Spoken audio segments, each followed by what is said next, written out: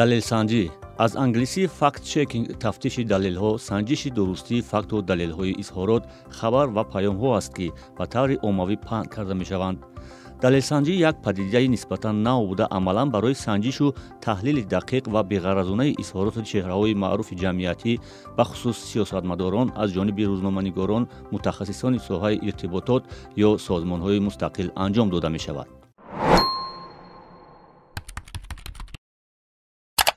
далелсанҷӣ ба хотири ҷудо кардани ҳақиқат аз дурӯғ, тарғиботу ташвиқот, дасткорӣ ва пешгирӣ аз афкори ғалат, ки бинобар таъсири сухани мансабдорон ва матлабҳои расонаҳои хабарӣ дар байни табақаҳои иҷтимоӣ ба вуҷуд меояд, амалӣ мешавад. сабаби пайдоиши далелсанҷиро коршиносон ба рушди техникаву технология ва интишороти зиёди хабарҳои бар дурӯғ рабт медиҳанд.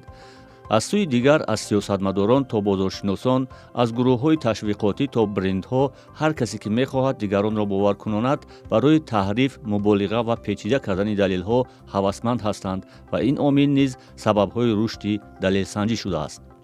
далелсанҷӣ асосан 4 ҳадафи асосиро ба дунбол дорад, ки инҳоянд: санҷиши дурустии иттилоот.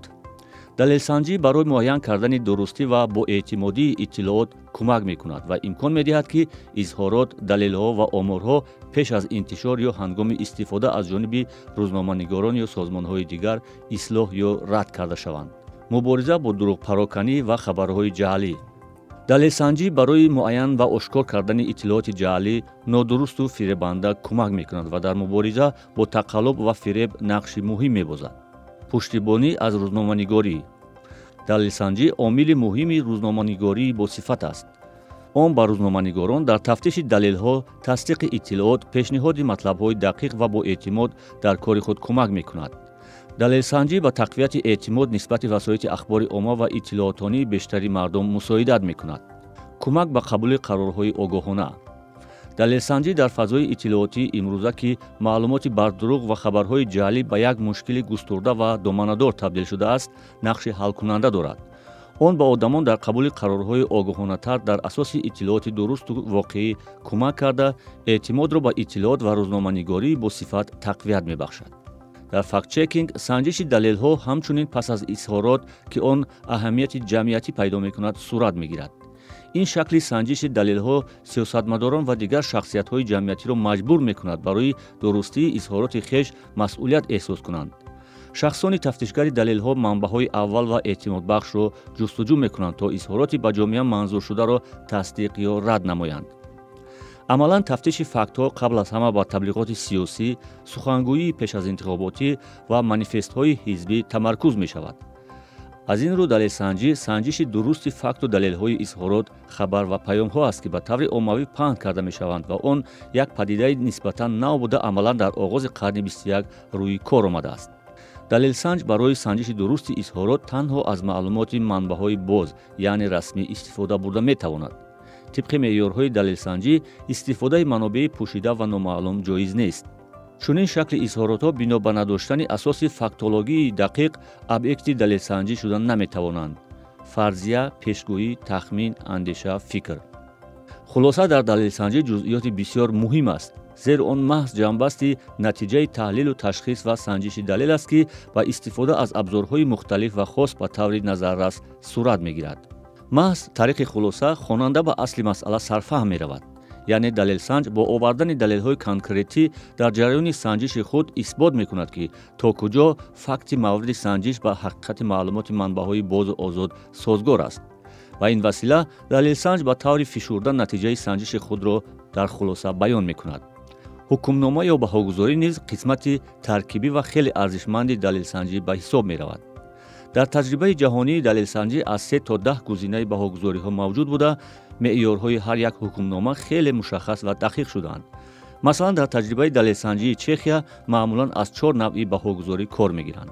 якум, ҳақиқат. изҳоротро метавон ба гунаи дуруст баҳогузорӣ намуд, ба шарте ки иттилооти мӯътамади мудаллал дар контексти дуруст истифода шуда бошад. дуюм, дурӯғ. изҳоротро метавон дурӯғ шумурд, дар ҳолате ки агар қисмати фактологӣ бо маълумоти ба ҳамагон дастрас мувофиқат намекунад ё ин ки чунин иддао аз ҷониби сарчашмаҳои ба ҳамагон дастраси мушобеҳ тасдиқ намешавад. сеюм, иддаои фиребо. изҳорот фиребанда маҳсуб аст агар далели мӯътамад дар контексти нодуруст истифода шуда бошад ё ин ки матни ибтидоӣ ҳадафмандона канда гирифта шудааст ва ин категория муқоисаҳои мувофиқатнакунанда ё беҷо ҳам дохил мешаванд. чорум, санҷиш ғайримумкин аст. изҳороте ки сазовори ин баҳост имкони санҷидан надорад, дар ҳоле ки дарёфти сарчашмаи мувофиқи тасдиқ ё инкоркунанда доир ба дурустии фактологӣ вуҷуд надорад, яъне дар асоси иттилооти ба ҳама дастрас имкони тасдиқ ва инкори он нест. шабакаи байналмилалии далелсанҷӣ IFCN ҳанӯз соли 2016 кодекси ахлоқро пешниҳод кардааст ки ҳоло шумораи зиёди лоиҳаҳо дар заминаи он фаъолият мебаранд. мақсад аз татбиқи ин кодекс баланд бардоштани сифат ва корбурди тартиби ягона ҳангоми санҷиш ва далелсанҷӣ аст. кодекси шабакаи байналмилалии далелсанҷон ба қоидаҳои зер такя мекунад. якум, қоидаи бетарафӣ ва адолат. дуюм, қоидаи шаффофияти сарчашмаҳо. сеюм, қоидаи шаффофияти маблағгузорӣ ва созмонҳо. чорум, қоидаи шаффофияти методология. панҷум, қоидаи тафтиш ва тасҳиҳии арзёбӣ. бешак далелсанҷӣ қабл аз ҳама ба журналистика ва ба фаъолияти рӯзноманигорон иртиботи қавӣ дорад. санҷиши далелҳо як амалкарди муҳими дастаҳои касбии далелсанҷон аст, аммо дар ин замина бояд як нуқтаро фаромӯш накард.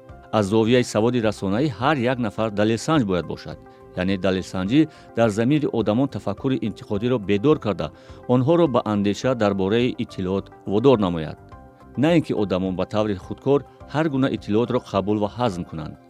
муҳимтарин шарт ин аст ки онҳо аз абзори санҷиши далелҳо дуруст истифода карда тавонанд ва маҳорати хуби кор бо манбаъҳои иттилоотиро дошта бошанд ва ёд гиранд. бо дарсҳои саводи расонаӣ дар радиои озодӣ бошед.